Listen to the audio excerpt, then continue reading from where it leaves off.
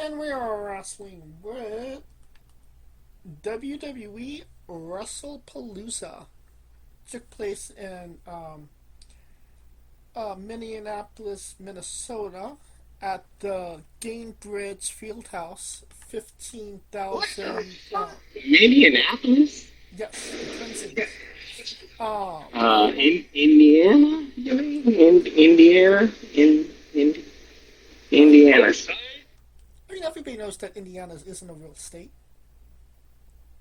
Oh shit! That's where basketball started. Do not, no, don't do that. Don't do that to the Hoopers. That's a hooping state. Do not. That is.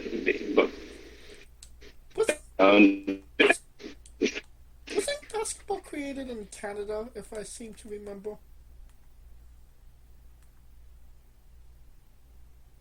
it was created by a Canadian, yes. However, Indiana calls themselves the Hoosier State, i.e., the basketball state. Do not. Yeah. Hmm. No. Well, I will say that football they asked, but basketball, yeah, they took that shit seriously. Well, they had a modest crowd of 15,176. Um, Not the capacity of that arena, but still, I mean, pretty damn good that this was kind of strung together in a matter of maybe like 3 weeks, if that. Um, I'll be honest. Right. Depend. Given. Given. 15. It sounds about right. I've been to that stadium, so that's why I'm like, it's not really that big. Indianapolis is like the Memphis of the Midwest, as I tell everybody. Um, I mean, this has been like a very polarizing event as of this, as of now. Like people have like really shitted on it. I mean, like I said earlier, even ESPN shitted on it. Um, but me personally, I did not have a problem with this show. I enjoyed the show. I thought it was a good show. There were some things that could be left to be desired, but um, I mean, this isn't necessarily any different than any other PLE, done this year. You have your five card format, some big matches, bigger matches than usual because, the ESPN side of things. But me personally, I didn't have a problem. We'll get into the problems that I did have, but overall, I thought it was a W. What say you, Kaliko? I mean, given that they had like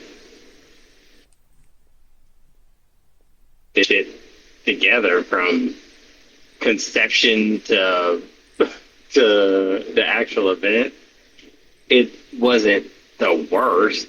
I mean, but it wasn't the best. So I mean, it was good, but I don't think I think people were expecting this gangbusters thing, especially uh, like I said, if it was January, it would have been easier for WWE because if ESPN really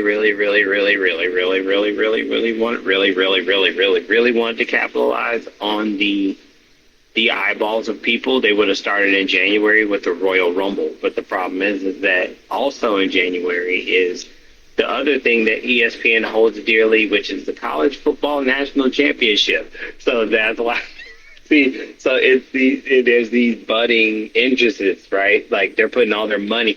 That's a lot of money to put in 1 month because the national championship game, and then 3 weeks, a couple weeks later, to go to Saudi Arabia for the Royal Rumble. So I get why they pushed it ahead. It's just that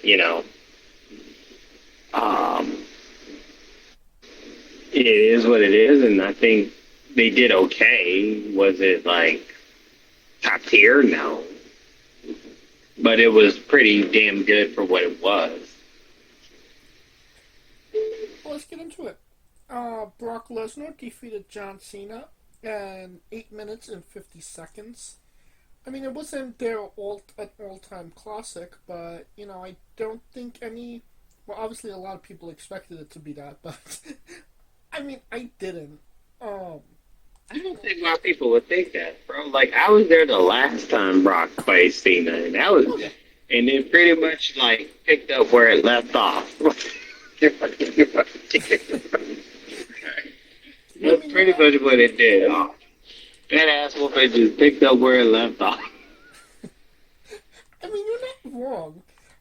I mean, honestly, what was people expecting? Like a five-star match at the Tokyo Dome, that they were going to chain wrestle, that John Cena was going to do a 450, and Brock was going to do the um Shooting star press. shooting star press. Like, no. Like like this, especially when you saw that entrance with John Cena with all of the kids, and like when John Cena came out, Oh, I knew he was dying. yeah, I knew he was dying. It was like you came out with all them kids. I'm like, oh yeah, you better get your ass whooped. like I legitimately started to laugh because that was not the place and time to have those kids out with John Cena. Like That was not the place and time to be that cavalier about what the fuck you about to face. That's what. yeah, correct. And then obviously Brock did Brock things, won the match. Wasn't too long, so all in all, it was a Brock Lesnar match. He made some kids started to cry, and some grown men as well. Um, it's honestly that just added to my enjoyment of the show. I thought it was fucking hilarious. Um, so yeah, I mean, at the end of the day, Brock Lesnar, Brock Lesnar, and yeah, I was happy with the end, with the result of what happened. What say you, Kaliko? I mean, I told you. I said when I said no contest, that was the best case scenario for John Cena because I knew he wasn't going. I was like, best case scenario is a no contest, but he took that ass whooping like a man. Man, like it wasn't even suplexes. It was like what 38 F5s. It felt like it was just like it was done. So, hey, you know what's funny? The funniest part is my son was like, "Have they fought before?" It's like, "Let me show you this tape, son." And then that tape I just could have literally dubbed that tape into this, and it literally wouldn't have changed shit.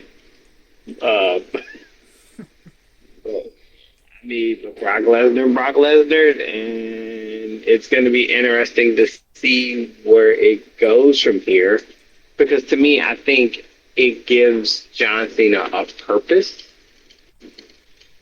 to end beating Brock Lesnar. So I could see that. I could see that being his purpose. Now I'm not. Clearly, that ain't the case because they gave AJ Styles versus um, John Cena. But I mean, it could be the case that there's always that one person that got your number, and Brock Lesnar's the motherfucker that got his number. Yep. As of right now, it's reported that there is no plans to do Brock Lesnar John Cena again. Honestly, why would they? There's a lot of other. Oh no, that was definitive. Ain't no way. Ain't no goddamn way you. That was about as clear cut as you could get. Right. So the reason that they brought Brock Lesnar back is so John Cena could wrestle him. John Cena wrestled him. It would not surprise me if John Cena wanted the match to be the way that it was. Because, when you go back to the Suplex City, the origins of the Suplex City SummerSlam match, you could say that WWE absolutely shit on John Cena in that match. Like, they completely destroyed Super Cena. You could be, somewhat right about that, but ultimately, John Cena decided how that match how it went. He told Brock, just fuck me up, and that's what happened. And I mean, it's one of the most memorable matches John Cena has had. So I don't think that they recaptured that match quite well, but um, I didn't think it was a bad match. I mean, again, what was you expecting? Like, John Cena had problems defeating Logan Paul. Brock Lesnar looks the same that he did when he came back in 2011. It, these men were not built the same. So, yeah, I didn't expect anything different than what we saw. And I think that this was just the ending of their rivalry. I don't think that we're going to get another match between the two of them. And I think that's fine as well. Kaliko? I mean, yeah, I mean, it's just Brock got his number, and that's it. That's that. You can't really get no better than that. I mean, can't make it more clearer than that. How many stars do you give this one? I mean, are we talking about just the match or the whole thing? Because the whole thing was like a 5. And the only reason I say it's a 5 because it's a 5 because John Cena, Brock Lesnar coming out like he's about to murder somebody with his bare hands. And John Cena's coming out like Elmo from Sesame Street. And I'm just looking like, are you really ain't taking this shit as serious as you thought? Because you would have thought, as a person that took your ass whooping the last time they fought, that he would be a little bit more on the serious side when it came to this time. And I was like, nope, not as serious. So these kids are about to cry their ass off tonight. They about to get the 2015, the 2014 special. And sure as shit, they got the 2014 special. So that's the only reason I gave it a 5. Just mainly the whole thing. It was just like Brock came out seriously. And there's a video going viral of the way he looked at the TKO CEO. And that look he gave him is the look I want to give him for these ticket prices. So I feel Brock was speaking through all of us that night. Just throwing it out there. Brock was a man of the people that night. Fuck yeah.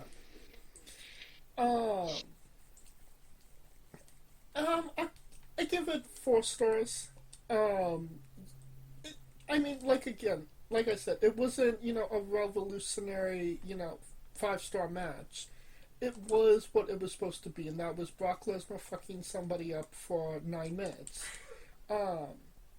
And, I mean, again, the simple fact that it made grown men and, children cry, just enhance that experience as well. So, again, 4 stars. Definitely an enjoyable experience. I don't think Uncle Dave felt as positive as we were for this match. No, Kaliko? Let me, for once my Burger King Wi-Fi. Stop. Once my Burger King Wi-Fi stops jacking, I can actually get that going. Oh, let me see this. Let's see. Wrestlepalooza. Yeah, I'm doing this real time, homie. It's being done in real time. In real time, we do. Who's that? Bill O'Reilly? We're doing it live.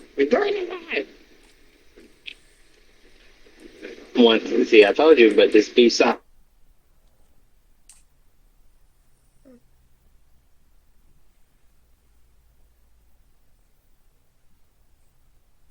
think that's me. Ooh, just coming up, fella.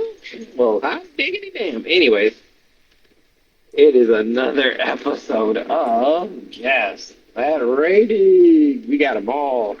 We got them all. Oh, shit. I'm even going to tell you what he gave another certain goddamn event, but okay. Yeah, we can all guess what that event is. God, but we'll get there when we get there. All right. Like, holy shit. I'm looking at these right like, whoa. Whoa. Whoa, wait a minute. Let me see this, because I see. Oh, all right. I will let you guess as I'm trying to get, like, the goddamn rating. I'm going to say that he gave this a 3. Lower. 2.5. Lower. 1 7/5. He gave it a 2. Wow. We are definitely not on the same page. I gave it a 4. You gave it a 5. Dave gave. Well, that's because I gave it the whole pomp. I got the whole thing. Just the whole aura. It's like when, this dude that you know is ready to murk you, and you just, like, playing like he ain't gonna do nothing, and then he was about that life. Like, you thought he wasn't about that life, even though he showed you he was about that life the last time. And then, so whatever. Anyways, yeah, 2. I thought I was making sure I was not missing that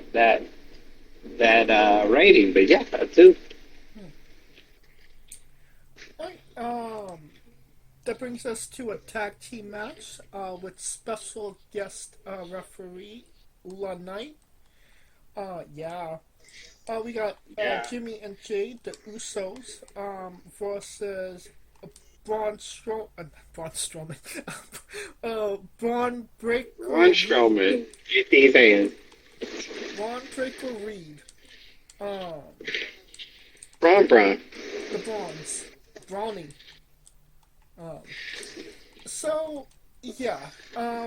When I said that there were some things that I didn't necessarily like on the show, this was definitely one of them. LA Knight as the special guest referee should have been more involved. Because this basically turned into a no disqualification match on his watch. But I feel like he could have been more involved in the story, but he wasn't really a factor. He was just kind of in the background until he wasn't in the background, and he should have played some factor in the ending of the match. But he really didn't. Like, he was like literally a non-factor in this match. And then you have, the actual match itself, and it was kind of clusterfuckery. Everybody got hurt. Braun Breaker hurt his leg. Jey Uso literally broke his head. It was self-inflicted, but yeah. It was very messy, and I don't know. It didn't work for me.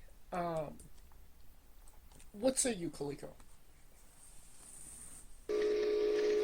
I mean, you worried about the match. I'm worried about you know what I was worried about? The fact that the Usos came out to their initial theme music and nobody knew what the fuck it was.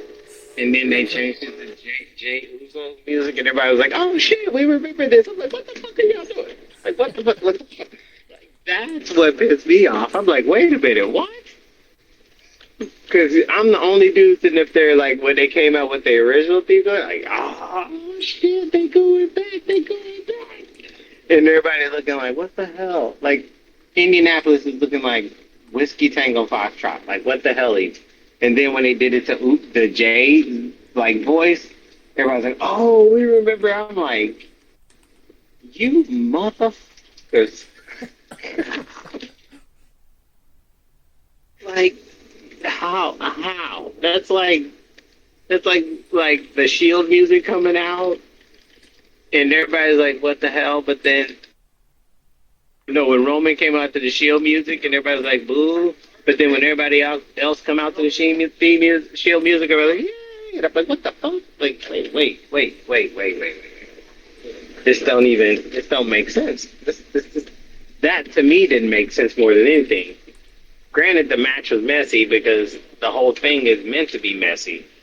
But I mean, the premise of the whole match was messy because it was more of about nobody trusting it. Well, with the Usos, not trusting the ref, and then of course LA Knight just not really giving a fuck. So yeah, it made sense that it was messy. It just didn't make sense. Jay hit himself and broke his goddamn skull. But that's a whole nother argument for another day. But overall, I mean, I was more disappointed with the theme music than I was with the match. Because the match kind of played out what I thought it was going to be. Braun winning because the Usos are still kind of fractured. And as much as I want to say, as much as everybody keep yelling Jay was wrong for kicking Jay, it seemed like he was right the whole time. he knew. Everybody was like, how come? You know what's funny to me about this? Everybody was like, how come Jay's not getting a title and da-da-da-da-da-da? It seems like Jay seems to be the most sound fucking Uso of all of them. Other than getting Naomi pregnant. Other than that, he's kind of his spot. I feel like your star rating is going to depend on how pissed off you was about the theme music. I was hella pissed about that. Because I'm looking like, bro, they came out to the day one. I was like, downstairs. I was like, oh, shit. And the crowd, you couldn't tell them shit. And you could tell Triple H was just like, change it. You could tell because they just was like, the moment they did the whole yeet thing, it was like, no. And then they were like, just change it to Jay. And I was like, motherfucker. That was very disappointing. Which is kind of funny because the basis of Jay's solo music is it's just me, Oos. One. Just me. When day one. Jimmy. Just me, Oos, day one-ish. And the only difference is down to day one-ish, me, Oos, day one-ish. I'm like, bro, the beat is the same. The only thing is different is the vocals. Yeah. Indianapolis failed. No, I agree with you on a lot of things, but I don't think that it was messy, but not in a good way. It was messy in the sense that they didn't really get the story across. Because, like I said, Knight wasn't really involved in it. I mean, other than, making it no disqualifications and letting these guys, kind of fuck each other up. He was a non-factor in it when he should have been like the vocal point of the match. Who is he going to be counting Dre for? And it didn't tell a story. It didn't tell. This is one of the most prominent stories on WWE TV right now, and they didn't tell the story properly. Could it be because they only had 3 weeks to tell it? That could be debatable, but what they gave us here kind of failed in my opinion. Oh, I didn't say it was messy in a good way. I just said it was messy on purpose. Well, how many stars do you give this one?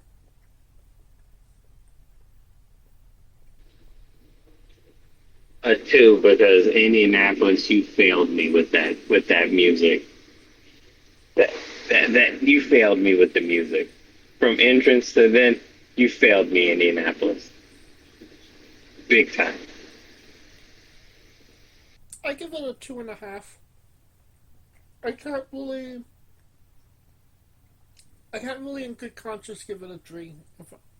There was nothing to warrant a 3, so 2.5 it will be. Great. I'm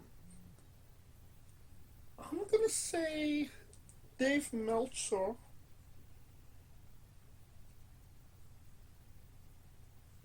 I'm gonna say Dave Meltzer gave this a 2.5. Higher. 3. Higher. Huh? Quarter. 3.25? 3.25. Hmm. Dave's Dave's rating is kind of all over the place, if I'm being honest.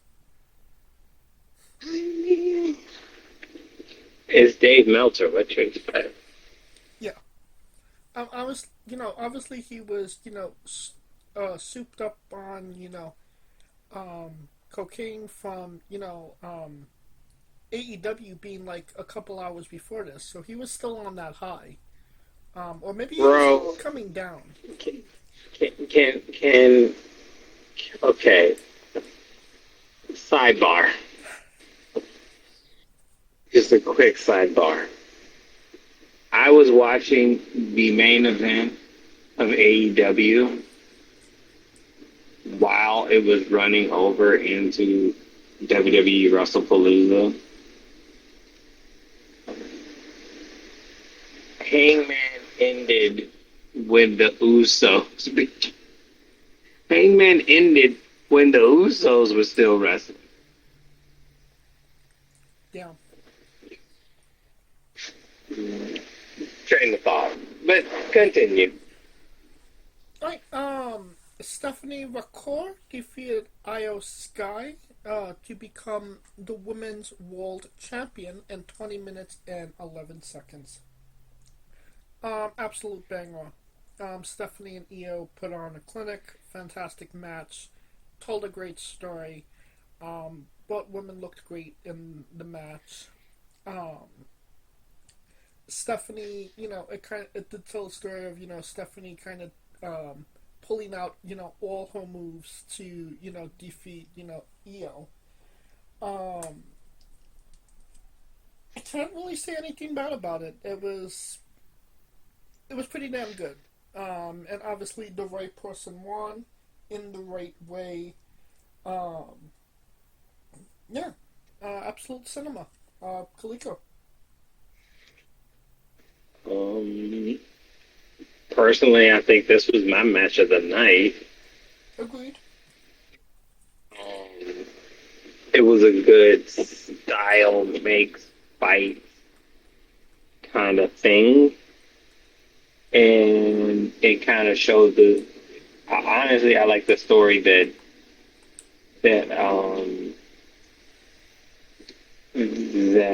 Stephanie had to go above and beyond to win.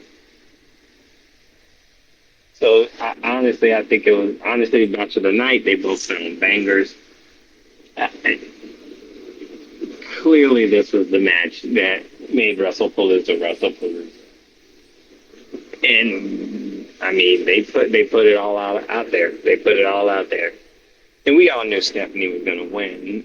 But the manner in which she won is what made it even a little bit more special because she basically matched the aerial risk that Io usually takes.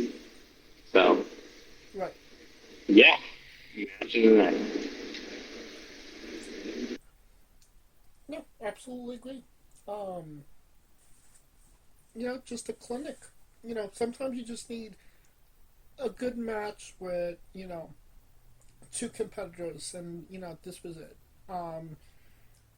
I mean, I look at Stephanie right now. Stephanie has done almost everything you could possibly do in WWE in a matter of 1 year. She won the North American Championship in February. Like a month or two later, she won the NXT Women's Championship.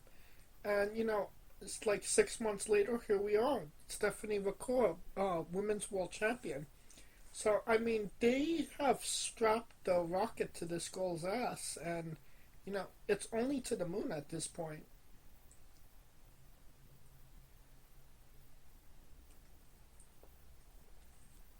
I mean, her ass is big enough for it. So I mean, gotta give her that. And I mean, and she's getting over with the fans as well. So for multiple reasons. So yeah, all in all, success. How many stars you give this? 5 star.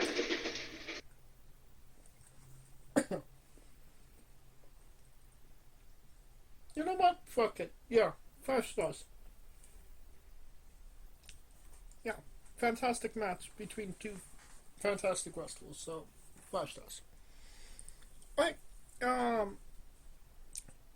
Mixed tag match. CM Punk and AJ Lee defeated Seth Rollins and Becky Lynch in 29 minutes and 18 seconds. Um, I actually liked this match. It was a lot of fun. Both, husband and wives duos worked really well together. AJ's obviously maybe a bit more rusty than everybody else in the match, but I don't think it showed as much as it could have. There was a couple of really good spots. And obviously, AJ Lee's first match in 10 years. So, again, I thought that this was successful. It was a fun match. It had the crowd rocking as well. So, um, yeah, I particularly enjoyed it. Like I said, there was a couple good spots, like when Seth used Becky as a projectile and it failed. Obviously, the blowing a kiss spot, and yeah, all good. Coleco?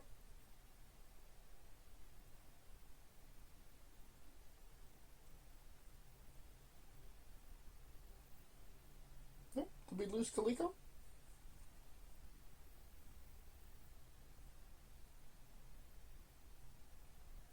I think we lost Coleco. The train. Okay, AJ Lee and CM Punk versus Seth Rollins, Becky Lynch. Your thoughts? This was like honestly, that was a very entertaining match, considering and considering that they were dealing with all like the what happens if the women get into it, and I mean, Seth ate a Black Widow, so I can't even knock it on him. Can't even knock him for it. He ate a Black Widow. I mean, everybody's ate. All the men ate something. The women ate something. The Yeah, right ending happened because I told you we I think we both agreed that AJ was gonna go over on Becky. right. So She was not going to drive all the way from Chicago to Indianapolis just to lose to Becky Lynch. no. She was not gonna have her first match in 15 years coming back from Chicago all the way to Indianapolis It was just to lose. it was 10 years. Don't be that dramatic. Just saying. But honestly, a very interesting match. And it made sense. It almost was kind of like, I don't know if people understood. It was like a show. It was a show called Married with Children. And it almost seemed like that. It was like this one couple that you could tell was in unison. And then you could tell like Becky was kind of getting on Seth's nerves a little bit. But Seth and Becky were able to use their dysfunction to be toxic to the other couple, if that makes sense. Yeah, It's kind of like they ain't that perfect. We gonna fuck they shit up, and then they tried to fuck they shit up, right? Uh, but all in all, it was thoroughly a very entertaining match. How many stars you give it? Overall, the crowd was into it, so a 4. I mean, because Becky played a very, very, very important part in it. Okay. Like the big antagonizer that was just starting shit and just making everybody's life hell, even to the detriment of her husband. Right. I give it 4.5. I thought it was a good match. Um, if it was fun. I think it delivered everything that it needed to get that crowd going, and it did exactly that. Oh yeah, that crowd was like, and that's the other thing too. Indy was into some matches. I just hate that they weren't into the music of the Usos entrance. That is mind-boggling to me, but that's a whole nother topic for another day.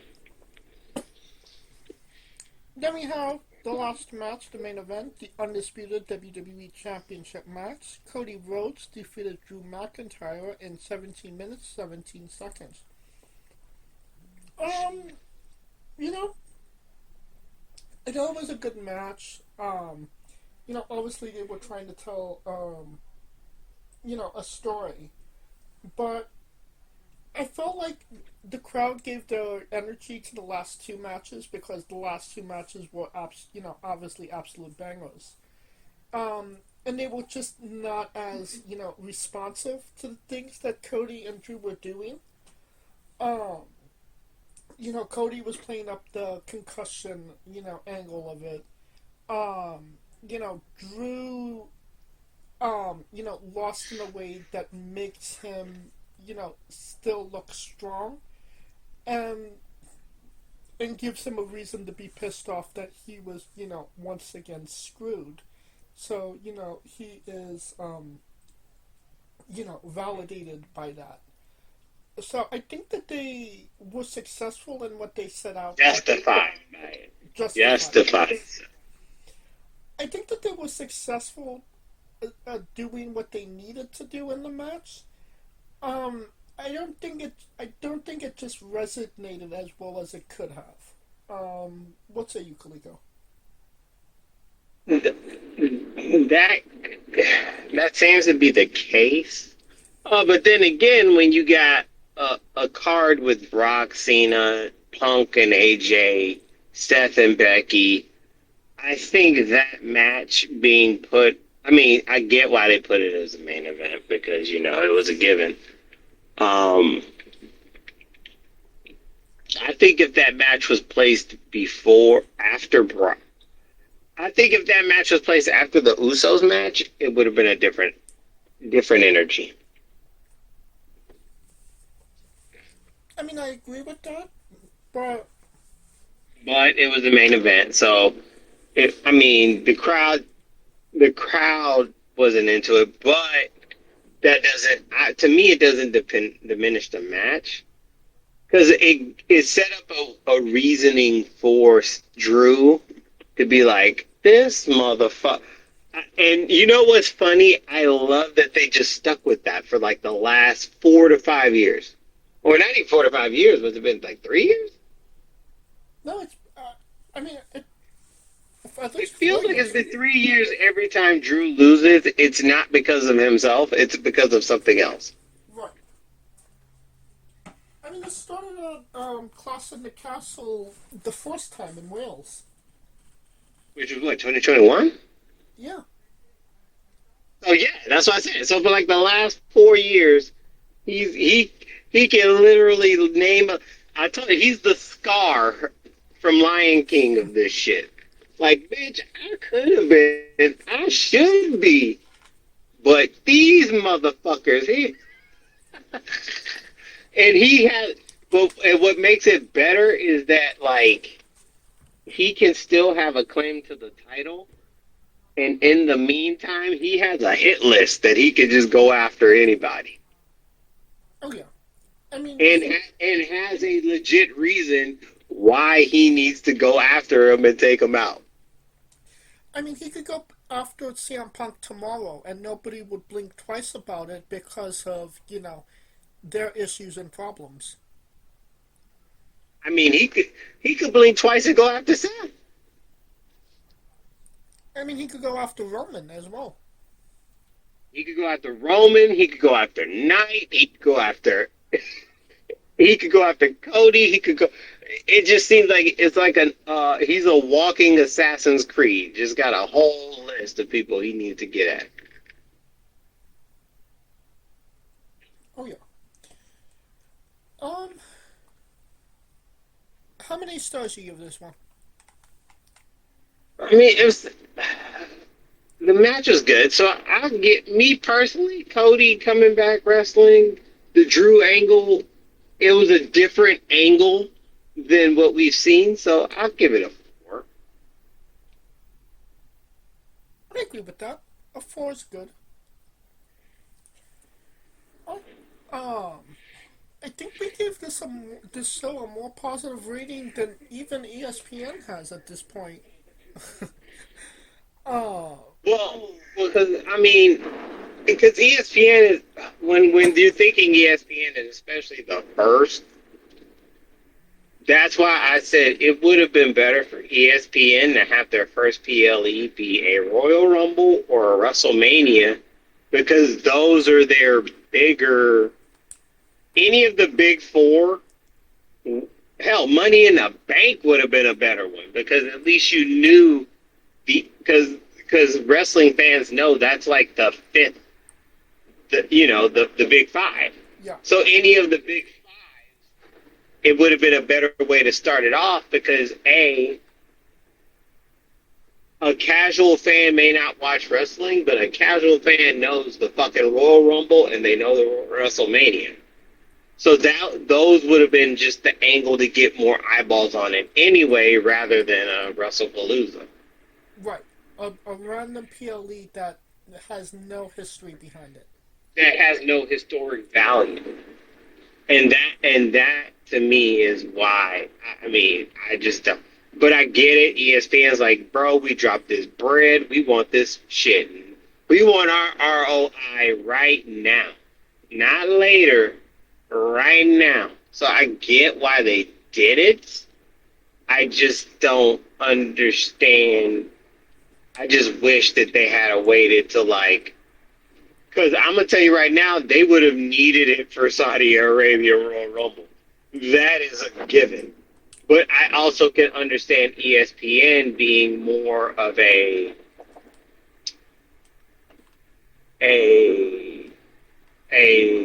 I mean, when it comes to their sports, they're more liberal. So I could see them not wanting to do Saudi Arabia. Well,